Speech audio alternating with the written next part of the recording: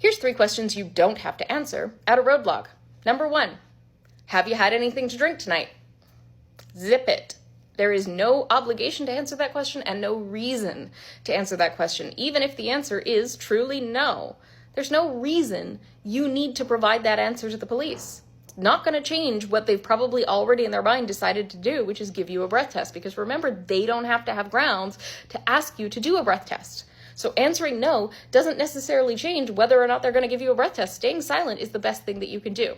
Number 2, you do not have to answer where you're going or where you're coming from.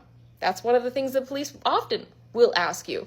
Where are you going tonight? Where are you coming from? Where have you been? What have you been up to? They ask you those questions not only to find out if you're going places where you might be consuming alcohol and probably were pre-gaming wherever you came from, or number 2, asking you those questions to determine whether you've been somewhere where you could have been consuming alcohol. And guess what? What are the answers typically going to be? A friend's house, a bar, a restaurant, a nightclub, places where alcohol is served. And don't think that if you say, oh, you know what, I'm coming from work, the police aren't going to think you were drinking at work. The number of people who drink at work, at the end of the day, have a beer or 2 to relax and cool off from the day, that's very common. Saying you're coming from work doesn't help you. Saying you're going to work doesn't help you.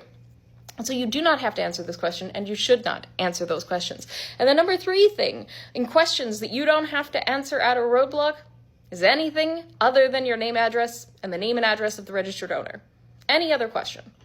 In fact, in Canadian law, those are the only questions at a roadblock that you can be compelled to provide a response to.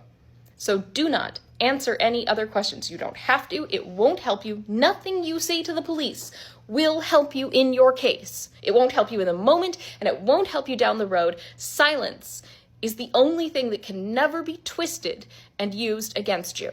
That is why you remain silent.